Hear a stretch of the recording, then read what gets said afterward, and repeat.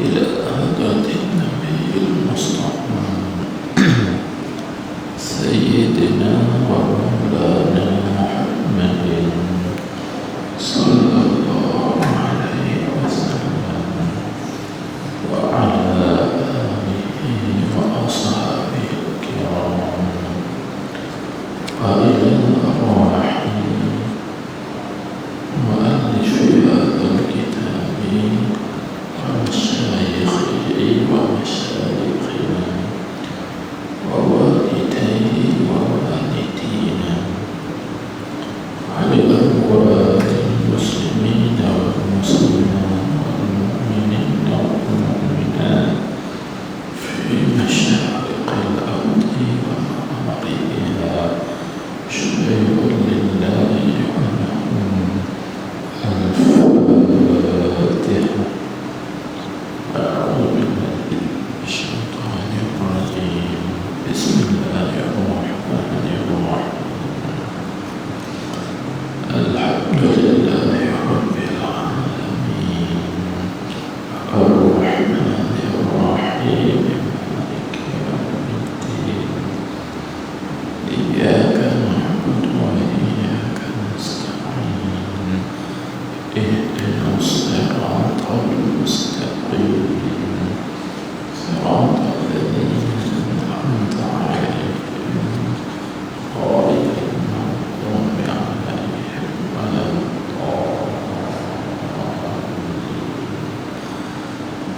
آمين. بسم الله الرحمن الرحيم. الحمد لله رب العالمين والصلاة والسلام على أشرف الأنبياء والمرسلين سيدنا ومولانا محمد المبعوث رحمة للعالمين وعلى آله وصحبه أجمعين. اللهم صل على سيدنا محمد الفاتح لما أغلق والخاتم لما سبق ناصر الحق بالحق والهادي إلى صراطك المستقيم وعلى آله حق قدره ومقداره العظيم.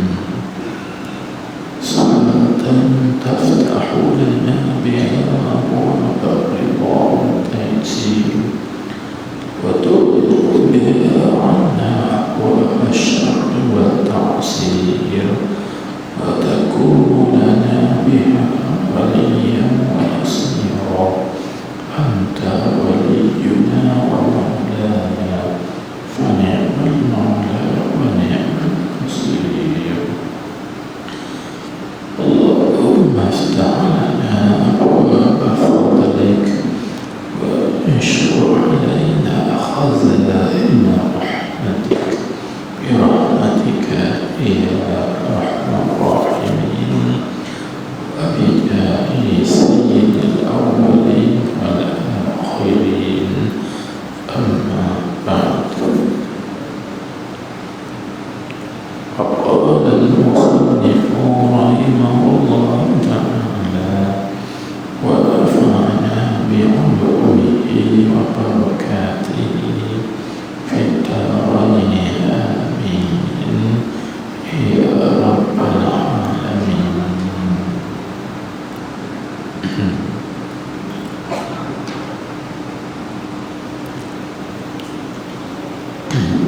Kata musannif rahimahullah ta'ala, dan adapun pekerjaan ini, dan adapun pekerjaan yang tiada ada baginya kenyang itu, maka yaitu beberapa perkara, dan setengah daripadanya, setengahnya itu menuntut dunia dan habis. Baik. Jadi alhamdulillah, puji syukur kita kehadirat Allah Subhanahu wa Ta'ala dengan limpah kurnianya dan juga curahan rahmatnya dapat kita hadir di dalam majlis pada malam ini. Jadi sambung balik kajian kita syarah Jawahir Tauhid bahagian tasawuf. Belakang sekali pada muka surat 69, baris yang kedua daripada atas. Katanya, dan ada pun pekerjaan yang tiada baginya, bagi pekerjaan itu kenyang. Maksudnya apa? Maksudnya pekerjaan yang tak kenyang-kenyang, tak pernah rasa cukup. Dia nak lagi, tak ada, tapi nak lagi. Itu maksud kata tidak ada baginya kenyang, tak cukup-cukup. Kemudian dia kata maka yaitu pekerjaan yang tiada baginya kenyang itu beberapa perkara, yakni banyak perkara lagi. Ini dia bersangkut dengan apa tentang bersangkut dengan pembicaraan kita yang sebelumnya, yaitu pembicaraan mengenai trauma. Yang dimana kita tahu trauma itu adalah satu sifat yang mazmumah, sifat yang tercela. Maka yang dimaksudkan dalam trauma itu ialah trauma benda yang tidak ada di dalam tangannya, yakni daripada pekerjaan dunia, harta dunia, pangkat dan juga jawatan dunia dan sebagainya. Baik. Adapun trauma pada pekerjaan akhirat, maka iaitu tidak mengapa, bahkan dia masuk di dalam kata sifat yang terpuji. Tak apa kata. Habis. Jadi cukuplah orang panggil memadailah, itu yang lebih baiknya. Baik. Kalau itu ada perkara-perkara yang lain atau pekerjaan yang lain yang kalau kita ada pun tapi kita tak pernah rasa cukup, tak pernah rasa kenyang.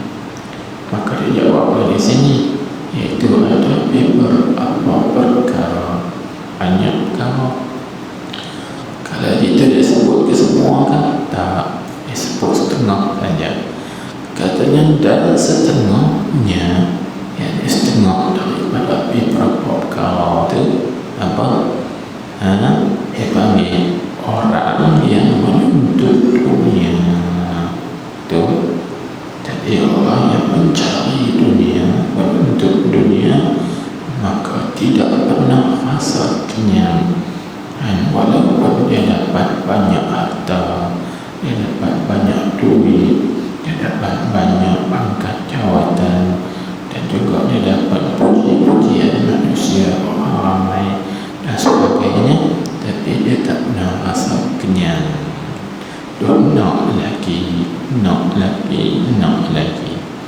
Itu salah satu daripada perkara yang tak pernah kenyang. Lagi apa lagi perkara yang tak pernah kenyang? Dia kata dan bumi tiada kenyang sebab banyak hujan. Tanah ni lah, tanah tengah. Tiap-tiap kali hujan turun, maka bumi telan air hujan. Tiap-tiap kali hujan turun, maka bumi menelan air hujan. Tak pernah cukup. Ini yang sebagaimana yang disabdakan oleh Rasulullah sallallahu alaihi wasallam dalam hadis yang diriwayatkan oleh Imam Jalaluddin As-Suyuti dalam kitabnya الجامع الصغير في أحاديث البشر والنذير. Dan selain dari Imam Jalaluddin, yaitu Nabi kita bersabda, arba'un la yashba'na min arba'in. Ada 4 perkara yang tidak pernah kenyang daripada 4 perkara. Maka salah satunya daripada 4 perkara itu ialah ardun min ma'in. Bumi tak pernah kenyang daripada air. Dan bumi tak pernah kenyang daripada air. Tengok setiap kali ada hujan turun, maka dia telan air serap dalam bumi.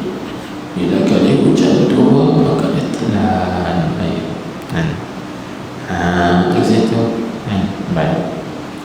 Kemudian apa lagi? Dan laut dia kata tidak kenyang sebab banyak air.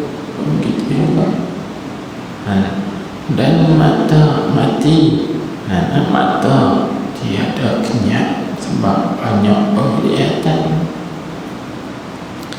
Duk tengok tak puas-puas, nak tengok lagi, tengok nak tengok lagi. Tu mata dia panggil apa? Ainun min nazarin. Itu yang kedua ada 4 tadi. Mata tidak pernah kenyang daripada pandangan.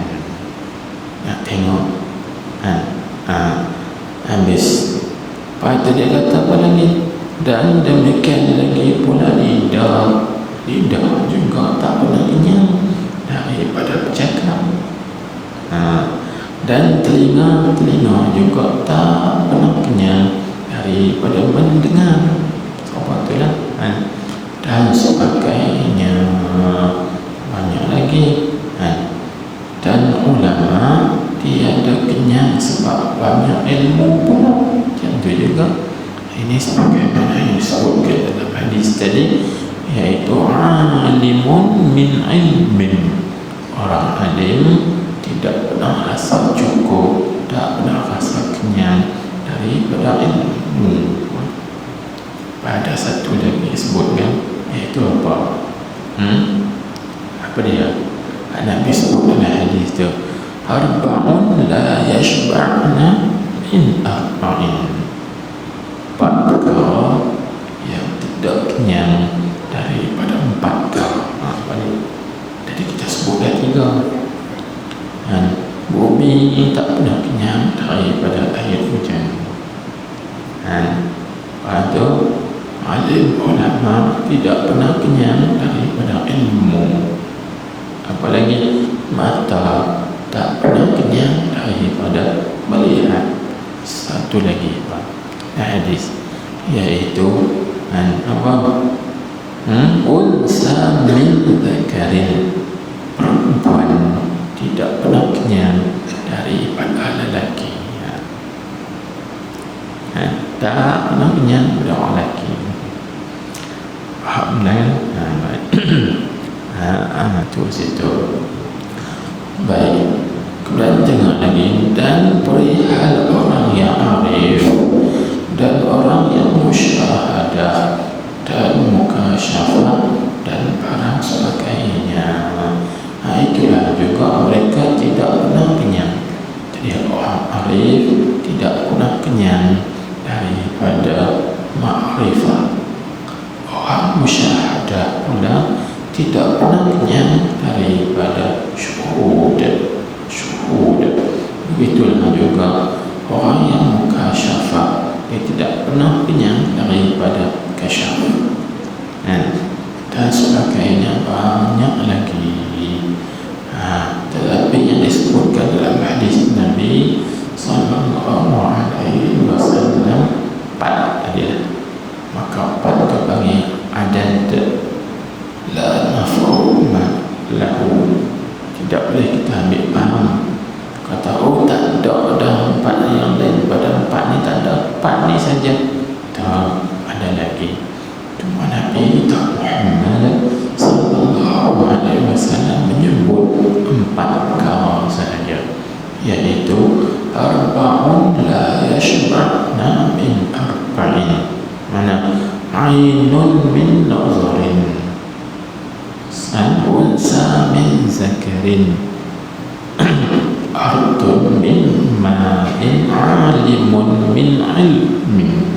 Disebut dalam hadis, iaitu 4 perkara tidak kenyang daripada 4 perkara. Mata tidak kenyang daripada pandangan, begitu juga perempuan tidak kenyang daripada lelaki, bumi tak kenyang daripada air hujan, dan alim ulama tidak kenyang daripada ilmu. Dia berilmu dan tapi dia nak lagi tambah ilmu, nak tambah lagi ilmu. Itu orang alim, kan? Dia nak ngaji lagi, dia nak ngaji lagi, nak tambah lagi ilmu. Tapi orang yang kata aku tak payah ngaji dah, aku alim dah, itulah jahil. Dia panggil titik tolak kepada kejahilan. Baik. Ini rentetan atau yang sangkut paut dengan yang kita bicara itu, iaitu sifat tamak, kan? Jadi tamak itu dia ada 2. Kita bagi simpulannya, tamak itu dia ada 2. Yang pertamanya tamak yang dicela, dia panggil setengah daripada sifat mazmumah, iaitu kita tamak benda yang tidak ada dalam tangan kita. Tak ada kat kita, kita nak. Ataupun kita juga tamak benda yang ada di tangan orang lain, ini dalam milik orang lain, maka ini ijlah. Tamak yang macam ini dia tak pernah cukup dan juga tak pernah mencukupi dan juga memadai. Sebab itu seorang ulama sufi yang bernama Syekh Abul Abbas Al-Qudsi radhiyallahu anhu, iaitu guru bagi Syekh Ibnu Athaillah As-Sakandari. Apa dia kata? Dia kata cuba perhatikan, tamak itu, kalimat tamak itu ada berapa huruf? Ada 3 huruf. Ta, mim, dan ain. Tam'un, tama'an, yatma'u, tam'an. Tamak, tamak. Maka kesemua huruf ta, mim, ain itu semuanya berongga di tengah-tengah. Tengoklah huruf ta, di tengahnya ada berongga. Huruf mim juga di tengahnya berongga, dan juga huruf ain juga berongga. Itu isyarat kata tak pernah kenyang, tak pernah cukup. Tak pernah cukup sampai hari kiamat. Coba jumpa tuan-tuan tulis, tengok huruf ta sampai hari kiamat di tengah tu berongga, tak cukup, tak pernah.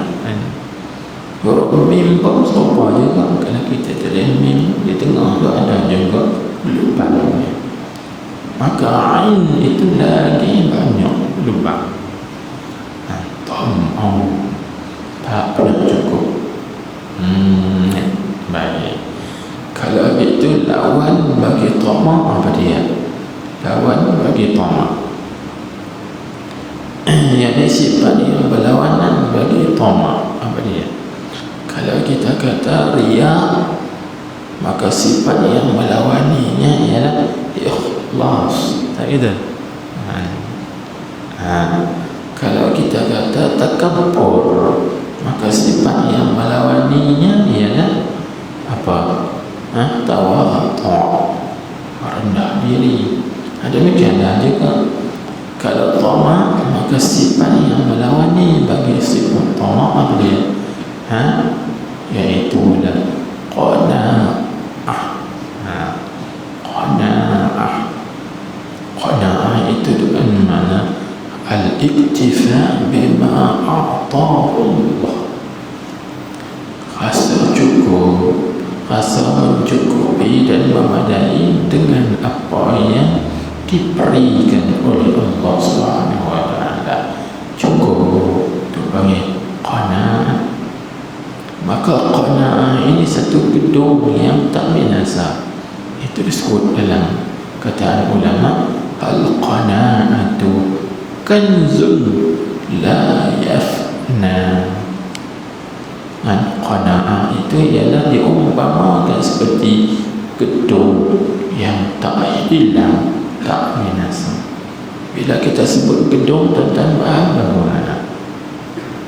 Gedung kanzun, gedung, atau juga setengah orang terjemah dengan mana? Perbendaharaan. Nak faham bagaimana? Al-qanaatu kanzun la yafna. Qanaah itu gedung, yani umpama gedung, seumpama gedung yang tidak binasa.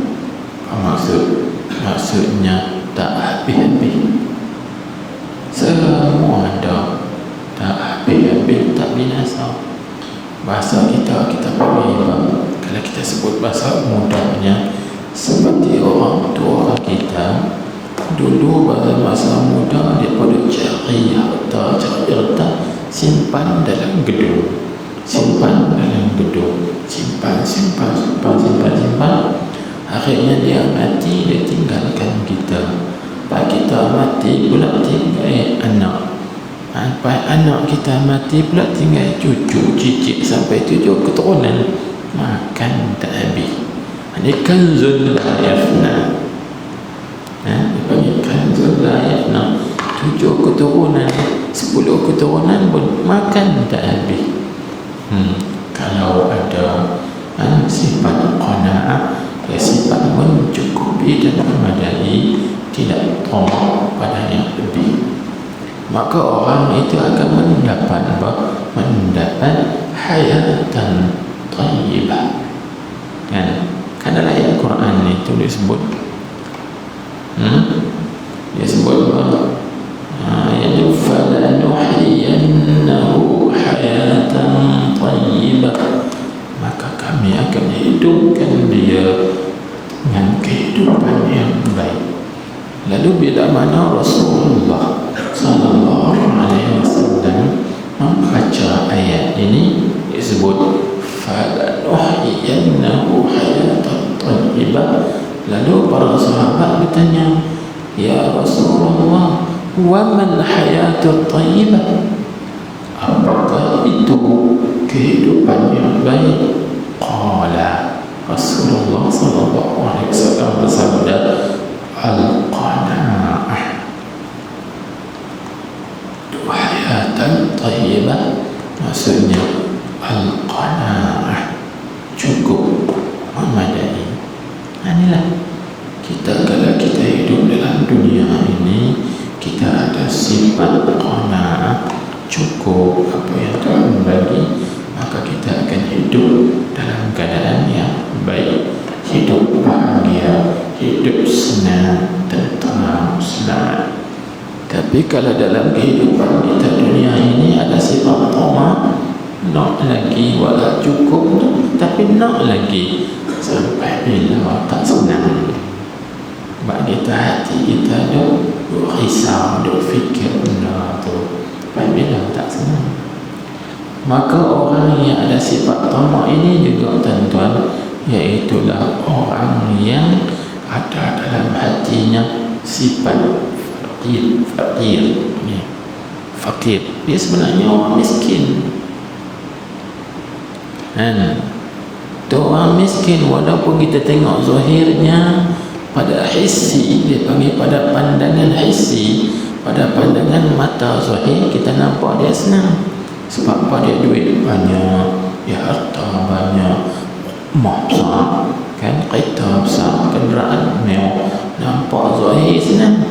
Tapi pada maknanya dia fakir, dia orang fakir ini fakir apa? Dia panggil faqrun nafsi, atau juga disebut sebagai faqrul qalbi, fakir hati atau fakir jiwa.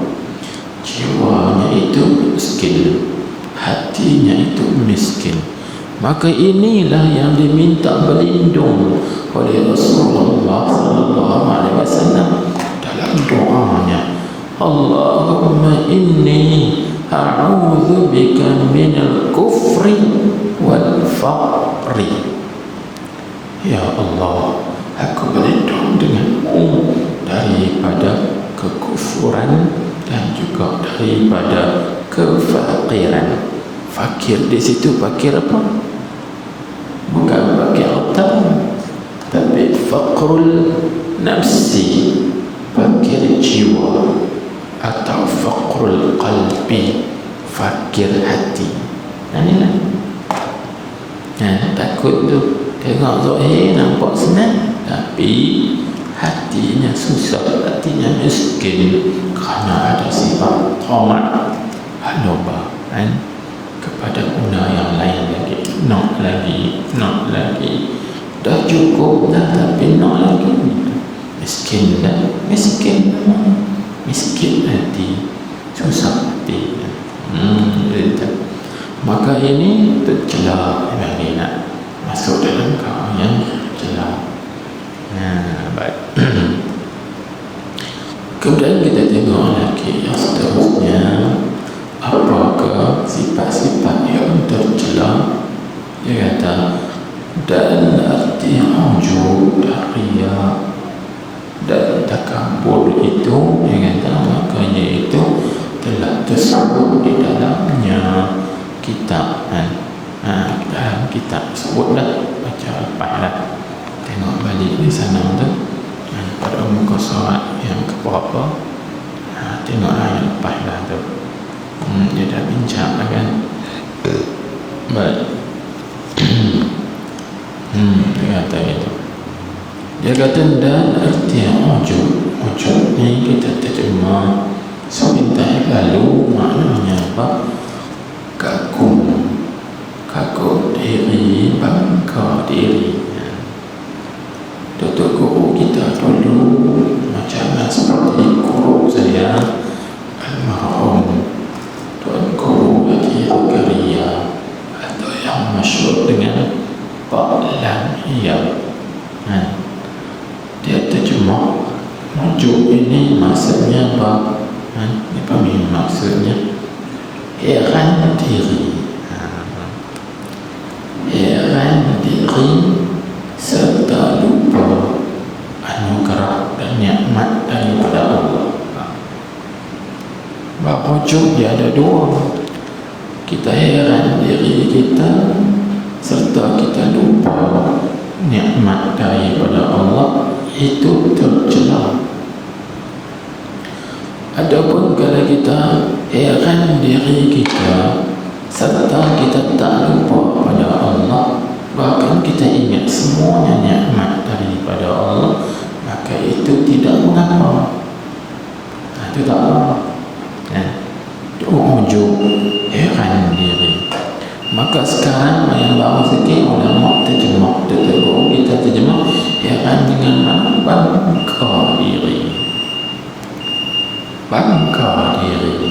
Di situ pada bahasa moden ini terjemah ujub ni kagum diri. Dia panggil al-i'jab bin nafsi, ataupun i'jabul mar'i bi nafsihi, iaitu kagum seorang dengan dirinya. Kita panggil bangga diri, kagum diri. Maka ini kalau kita kagum diri kita serta kita lupa nikmat daripada Allah, itu mazmumah, itu tercela. Tapi kalau kita bangga diri serta kita ingat semuanya itu rahmat Allah, limpah kurnia Allah, semua daripada Allah, itu tak apa. Itu tidak mengapa dia bagi. Baik. Itu sebentar lalu Maka ujub ni apabila kelawatannya kita tak lagi. Jangan lepas itu dia kata dan riya. Riya ni maklumlah, iaitu memperlihatkan amal kebaikan dia kepada orang lain supaya orang lain itu puji dia. Lalu ulama membahagikan riya ni kepada 3 kategori. Ada riya fil aqwal, ada riya fil af'al, ada riya fil ahwal. 3 kategori. Ringkasnya kita tak nak panjangkan. Riya fil aqwal, ini dia riya pada kata-kata, cakapan dia, tuturan dia. Manusia ni ada gitu, dia riya, dia cakap bahasa yang tinggi supaya orang kata ini bahasa tinggi, dia mengaji tinggi. Contohnya tu riya fil aqwal. Walhal kita mengajak orang kampung, bila mengajak orang kampung guna bahasa kampung, tak payah nak guna bahasa tinggi-tinggi melangit. Ni kita guna bahasa tinggi-tinggi melangit, orang kampung pun tak faham. Nak tanpa diskriminasi, nak tanpa apa lagi seumpama dengan dia.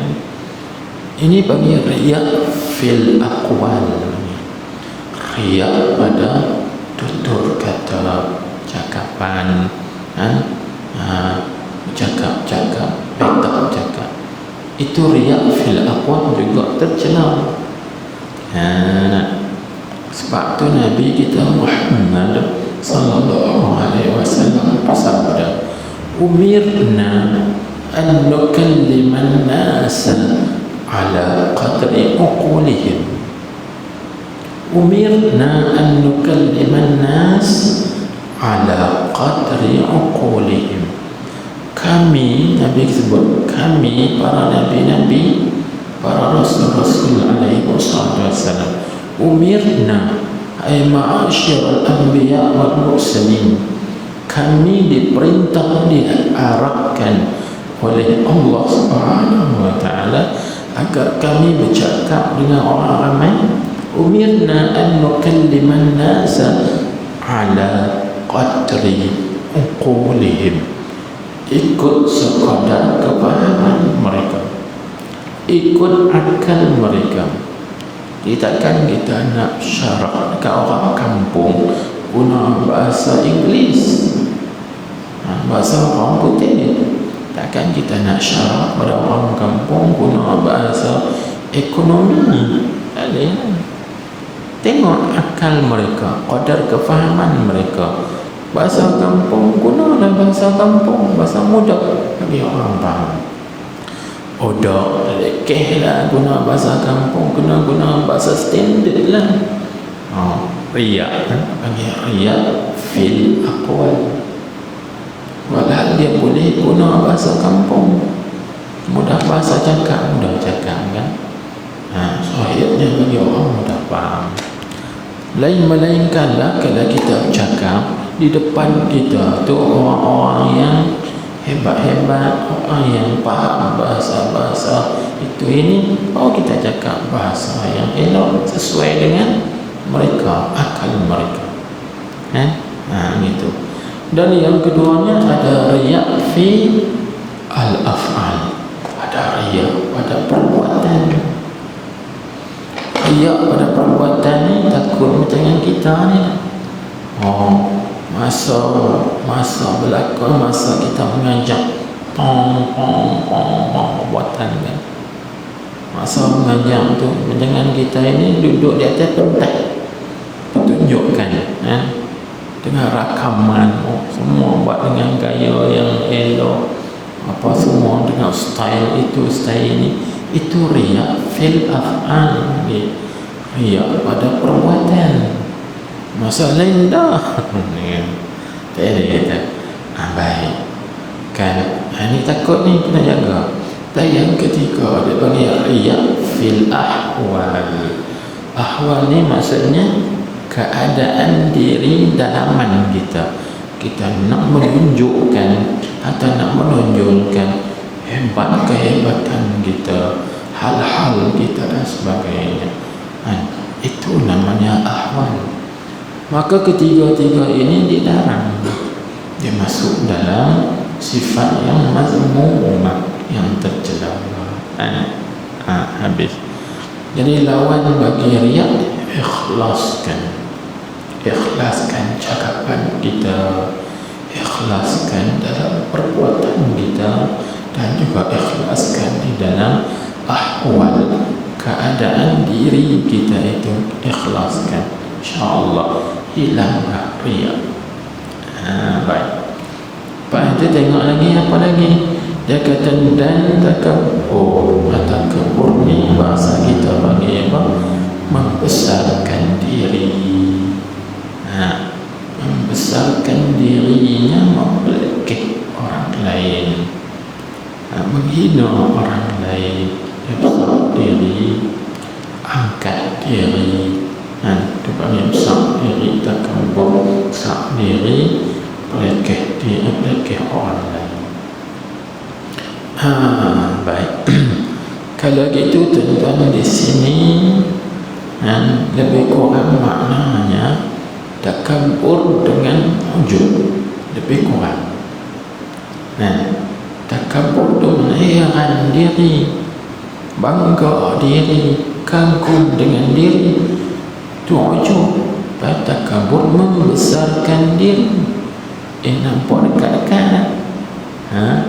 Nampak tak dekat-dekat kan? Ujub, sekali lagi tengok, ujub itu kita bangga diri, kagum dengan diri sendiri. Okey. Takabur pula membesarkan diri, menghina atau memperlekeh, memperkecilkan orang lain. Jadi apa beza ujub dengan takabur? Dia ada beza sikit. Ujub itu dia hanya mengkagumi dirinya sendiri, serta dia tidak mempelekehkan, dia tidak merendah-rendahkan, dia tidak menghina atau meremeh-remehkan orang lain. Itu makna ujub. Sebaliknya takabur dia dua belah. Dia membesarkan dirinya, dia membanggakan dirinya, dia mengangkatkan dirinya, serta dia juga mempelekeh, memperhina, meremeh-remehkan orang lain. Ini takabur. Beza takabur dengan ujub. Ujub dia hanya kagum dirinya, tapi dia tak pelekeh siapa-siapa pun. Adapun takabur, dia mengkagumi dirinya, membesar diri, serta dia mempelekeh atau dia memperhina orang lain. Jadi takabur ni ada dua, maksudnya dua sifat. Sifat pertama dia membesarkan diri, yang kedua dia mempelekeh orang lain. Adapun ujub dia satu saja, iaitu dia kagumi dirinya saja, serta dia tidak mempelekeh atau memperhina orang lain. Ini beza takabur dengan ujub. Tapi bila kita kata takabur, dia makan dua belah. Besar diri, membangga diri, menghina orang lain. Tapi ujub itu hanya mengkagumi dirinya saja, tidak mempelekeh atau tidak menghina orang lain. Baik. Baik. Pak itu dia kata, maka iaitu tiga-tiga adalah ujub, riya, takabur itu dia bagi telah tersebut dalamnya. Dalam kitab ni disebut, tengok balik di belakang, kita dah bincang dulu. Baik. Kemudian katanya, tetapi setengah daripada takabur pula bahawa dirinya itu berasal lebih ia daripada sekalian makhluk. Dia sulit situ apa? Dia tidak berasal lah. Itu berasa lah. Jangan baca beraih lah. Lagi baca beraih lah pula. Ataupun lagi baca beraih lah, bahasa salah. Kan itu. Di mana berasa lah. Jatuh satu huruf yang betulnya berasa lebih lah dia kena tambah antara huruf lam dan juga huruf ha, kena tambah huruf ba lebih. Itu kena tambah tu siapa yang ada kita berasa lebih, berasa lebih daripada sekalian makhluk. Itu kata takabur tu rasa lebih. Ada pun ujub dah, dia rasa diri dia yang lebih, tapi dia tak menghina orang lain. Takabur ni dia menghina orang lain dan dia merasa dia lebih daripada orang lain. Tengok buktinya apa? Tengok dalam ayat Al-Quran, waktu ketika Allah Subhanahu wa ta'ala mengarahkan para malaikatnya sujud pada Nabi Adam. Sebagai sujud, dia panggil inhina, iaitu sujud condong, bukan sujud seperti sujud sembahyang. Tengok Tuhan sebut dalam Quran, wa iz qala rabbuka lil malaikat, ingatlah ketika Allah Ta'ala berfirman kepada para malaikat, usjudu li Adam, sujudlah kamu bagi Adam. Maka sajadu, maka semua malaikat sujud, illa iblis, kecuali iblis.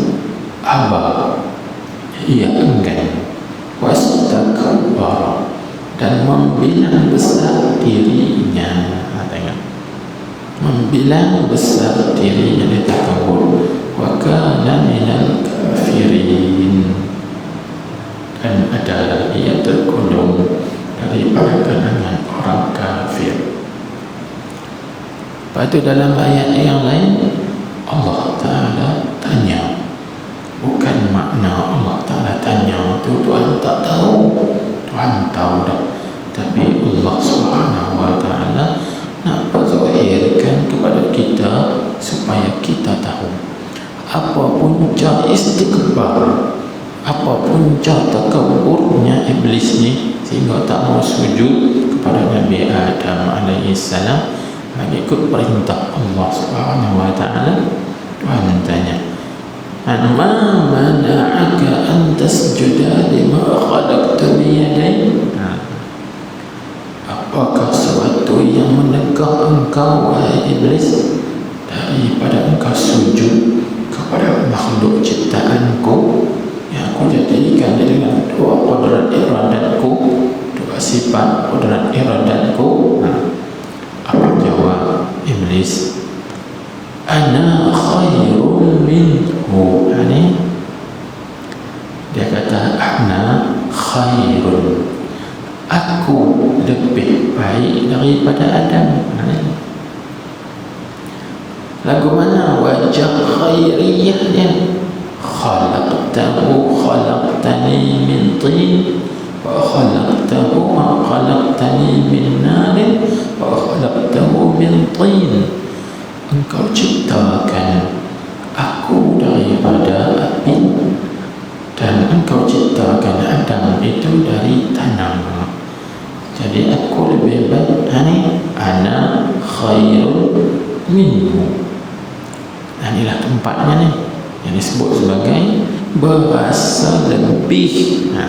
Kita baca berasa lebih ia daripada sekalian makhluk.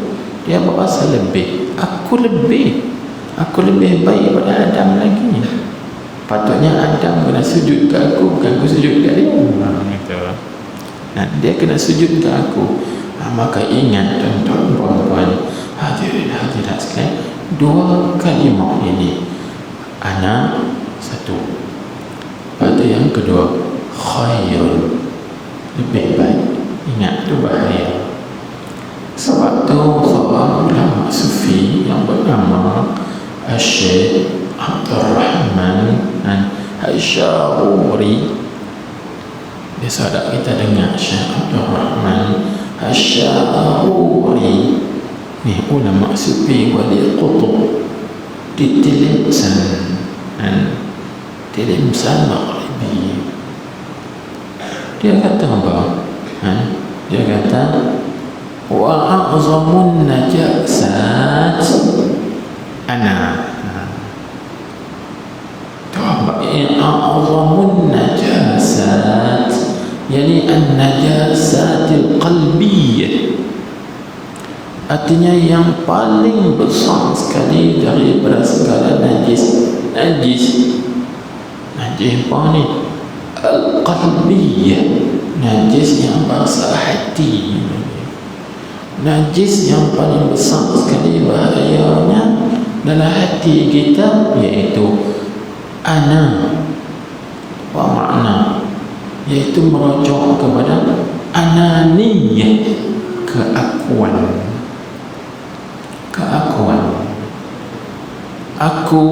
Aku lebih cantik, aku lebih bagus, aku lebih baik, aku lebih hebat, aku semua tu ana dipanggil keakuan.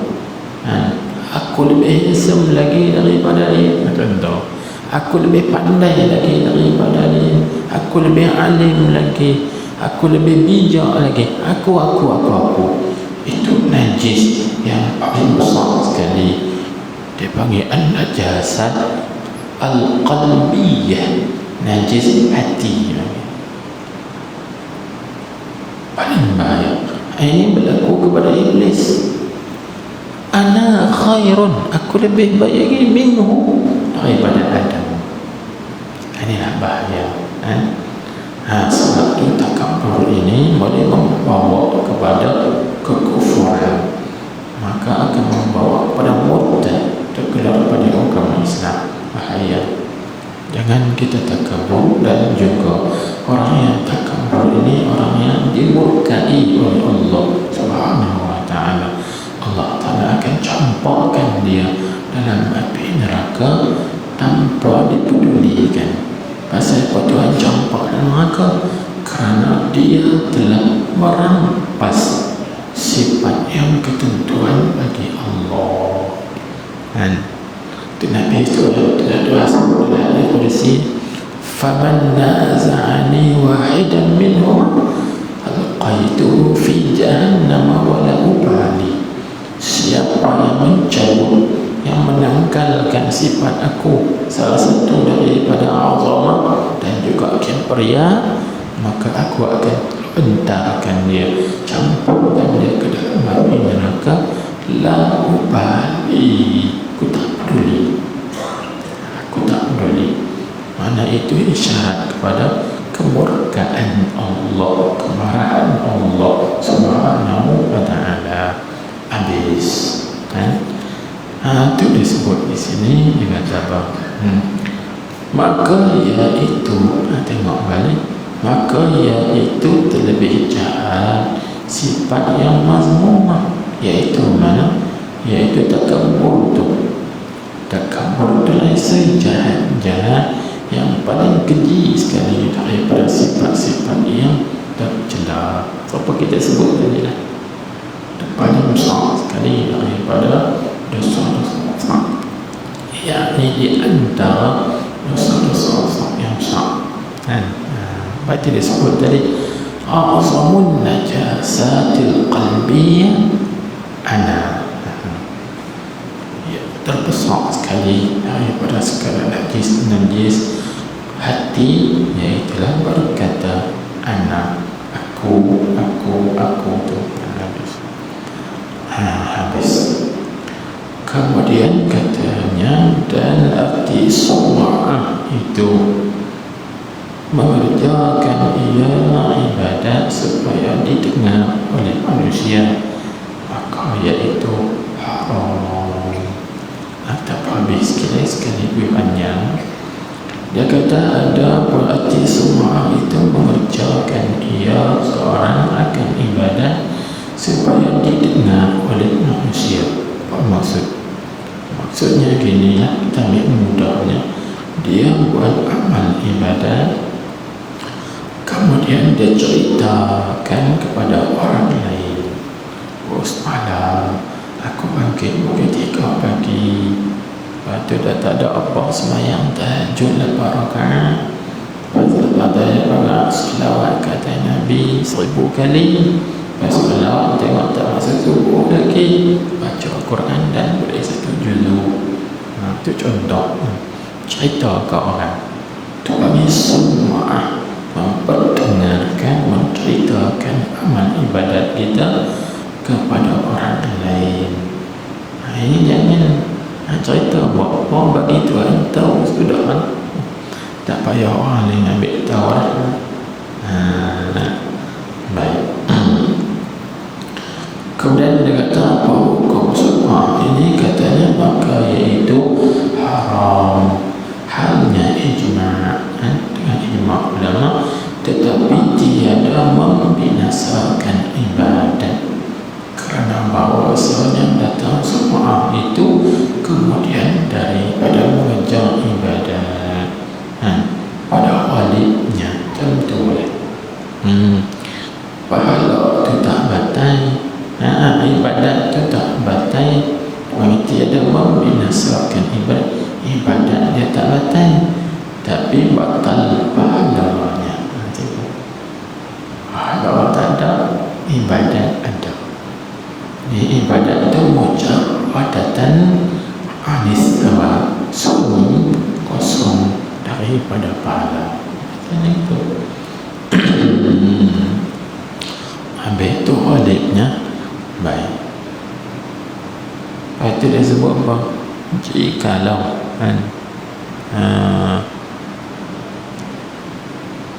titik kamu tu, lepas tu jikalau datang ujub atau takabur atas semua dalam ibadat itu melengkapi pada sampai akhirnya, maka seperti bicara ria. Apa maksud bicara ria?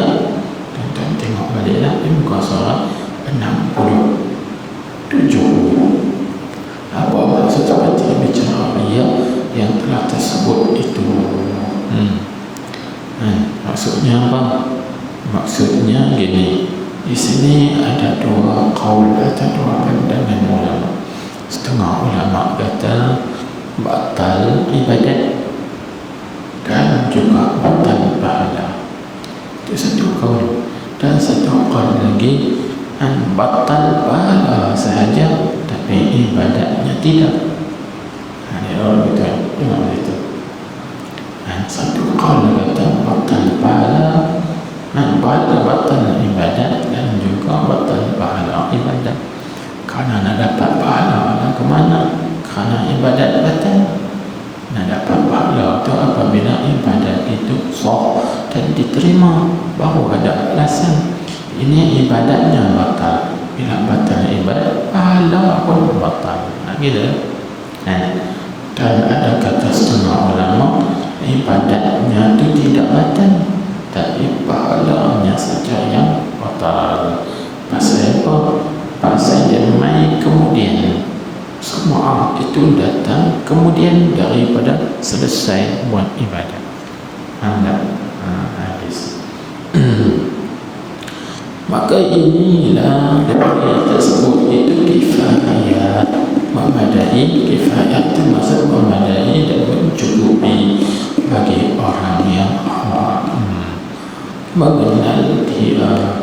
Dan tafsirnya itu katanya huraian yang lebih perinci lagi telah tersebut di dalam beberapa kitab yang mutawwalat, yakni kitab yang panjang-panjang lagi perbahasan dia. Hanya qadar waktu kita potong bagi orang yang sudah cukup lah, memadai dia. Jadi kalau nak tengok panjang lagi, dia suruh tengok dalam kitab-kitab lagi lah. Contohnya seperti dalam kitab Al-Arba'in fi Usuluddin Ghazali.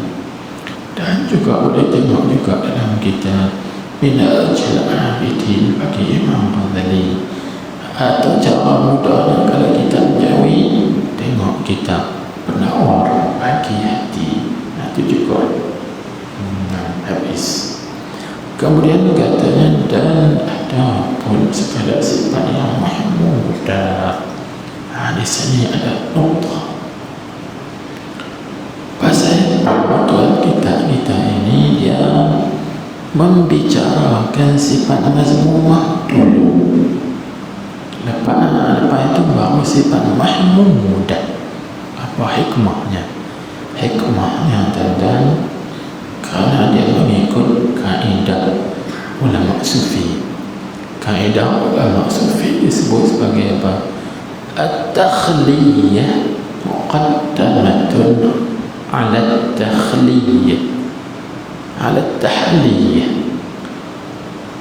Mengosongkan, menyucikan sifat-sifat yang tercela itu mesti didahulukan dan diutamakan atas menghiaskan sifat-sifat yang terpuji. Jika kita bubuh sifat puji dulu tapi masih lagi ada sifat yang tercela, jadi kotor balik. Rumah kita beli perabot baru tapi rumah tu kita tak cuci sampah, akan jadi buruk juga rumah tu. Maka sebelum masuk perabot-perabot baru, barang-barang baru, kita cuci, basuh dulu rumah tu bagi bersih, baru dimasukkan hasasul wujud, perabot baru. Baru nampak cantik. Macam tu hati kita. Kena kikis dan buang dahulu sifat-sifat yang tercela, baru diisikan sifat-sifat yang terpuji. Satu. Kemudian yang kedua, kerana mengikut kaedah fiqh. Kaedah fiqh menyebut darul mafasidi muqaddamun ala jalbil masalih. Menolak segala kebinasaan itu, kerosakan itu didahulukan atas menarik segala keelokan. Waktu lupa kotor baru diisi dengan yang bersih. Dan itu macam tu sebab tu dia membicarakan terlebih dahulu sifat-sifat mazmumah, kemudian baru nak masuk cara sifat mahmudah. Dan ada situ dulu lah. Allah subhanahu wa ta'ala a'lam.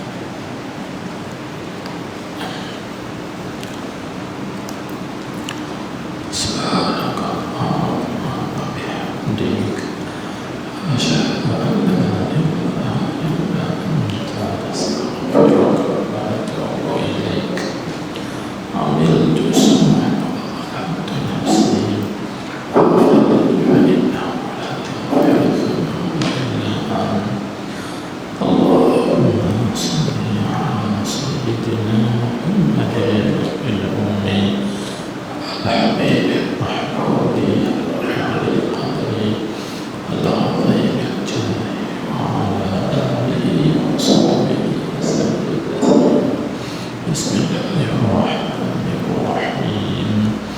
Alhamdulillah.